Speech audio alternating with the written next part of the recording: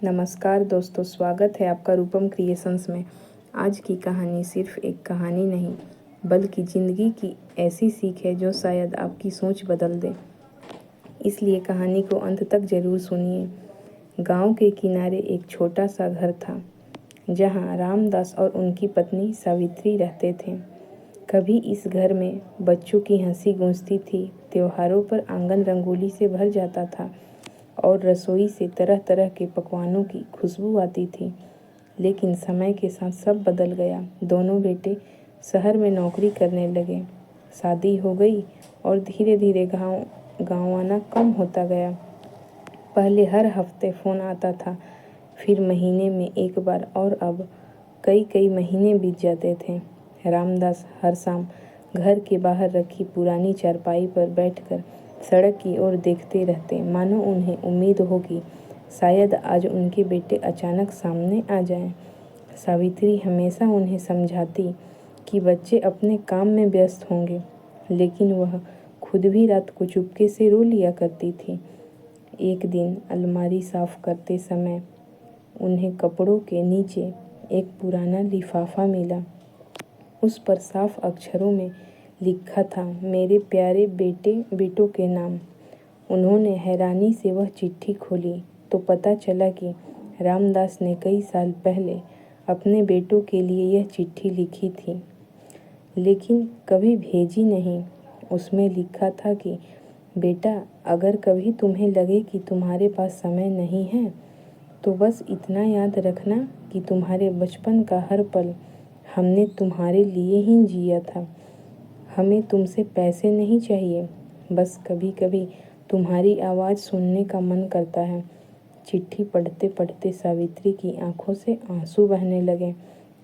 उन्होंने बिना रामदास को बताए वह चिट्ठी दोनों बेटों के पते पर डाक से भेज दी।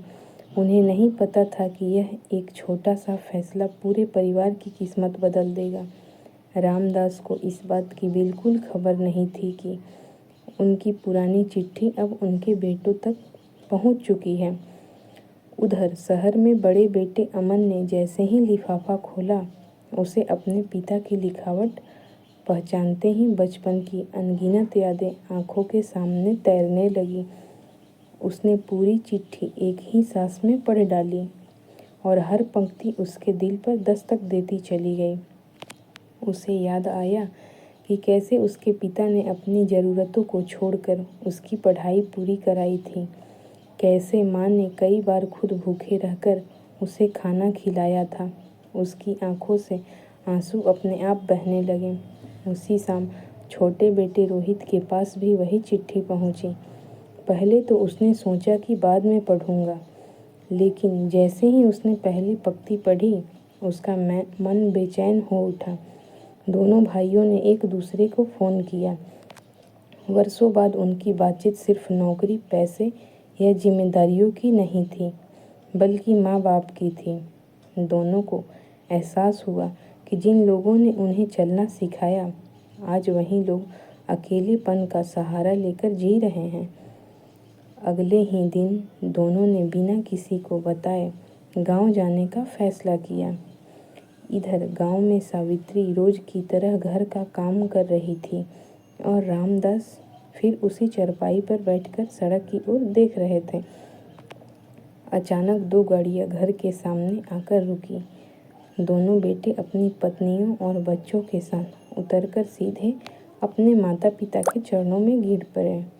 रामदास कुछ समझ ही नहीं पाया। उन्होंने कांपते हाथों से दोनों बेटों को उठाया और सिर्फ इतना पूछा, सब ठीक तो है? बेटा अमन फूट फूट कर रो पड़ा और बोला, बाबूजी, गलती हमारी थी। हमने काम के पीछे भागते भागते आपको अकेला छोड़ दिया। आपकी चिट्ठी ने हमारी आंखें खोल दी। सावित्री की आंखों से भी आंसू बह निकले। उस दिन कई सालों बाद उस घर के आंगन में फिर से बच्चों की हंसी गूंजने लगी। लेकिन कहानी अभी ख़त्म नहीं हुई थी, क्योंकि अगले दिन रामदास ने ऐसा फैसला लिया जिसने पूरे परिवार की ज़िंदगी हमेशा के लिए बदल दी।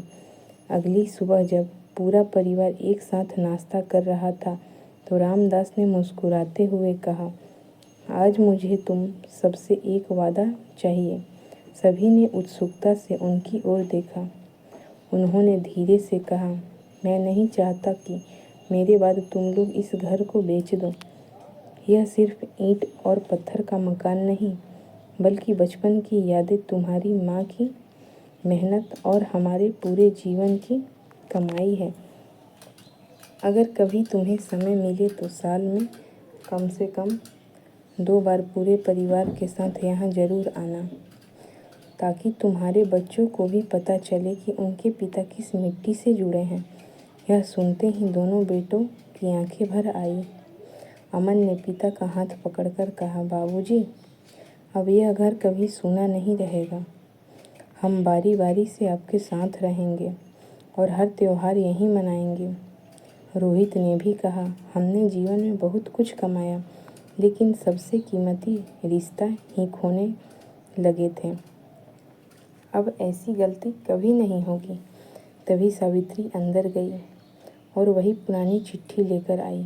उन्होंने कहा, तुम्हारे बाबूजी ने यह चिट्ठी कई साल पहले लिखी थी, लेकिन भेजने की हिम्मत नहीं जुटा पाए। मैंने ही इसे डाक से भेजा था। दोनों बेटे माँ के गले लगकर फूट फूट कर रोने लगे। घर में मौजूद बहुएं की आंखें भी नम थीं। छोटे छोटे पोते पोतियाँ यह सब देखकर समझ नहीं पा रहे थे कि आखिर सब रो क्यों रहे हैं। लेकिन उस दिन उन्होंने अपने दादा दादी के चेहरे पर जो खुशी देखी, वह पहले कभी नहीं देखी थी। कुछ महीनों बाद गांव का वही घर फिर से चहकने लगा।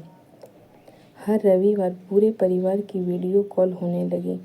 त्योहारों पर सब एक साथ गांव आते, बच्चे आंगन में खेलते और रामदास अपनी पुरानी चारपाई पर बैठकर अब सड़क की ओर इंतजार नहीं करते थे, क्योंकि उन्हें पता था कि उनके अपने अब उनसे दूर नहीं हैं। एक दिन उन्होंने मुस्कुराते हुए वही पुरानी चिट्ठी अलमारी में वापस रख दी और बोले, अब इसकी ज़रूरत किसी को नहीं पड़ेगी, क्योंकि जो बात एक चिट्ठी ने समझा दी, उसे अब हमारा परिवार कभी नहीं भूलेगा। कहते हैं कि रिश्ते टूटते नहीं, बस कभी कभी उन्हें एक सच्चे एहसास की ज़रूरत होती है। पैसे, सफलता और व्यस्तता जीवन का हिस्सा है, लेकिन माँ बाप का साथ और उनका आशीर्वाद जीवन की सबसे बड़ी दौलत है। इसलिए जब भी समय मिले अपने माता पिता के पास बैठिए, उनसे बातें कीजिए, क्योंकि कभी कभी आपका थोड़ा सा समय उनके लिए पूरी दुनिया से बढ़कर होता है। यही इस कहानी की सबसे बड़ी सीख है कि परिवार का साथ और अपनों का प्यार किसी भी दौलत से कहीं अधिक अनमोल होता है। थैंक यू दोस्तों।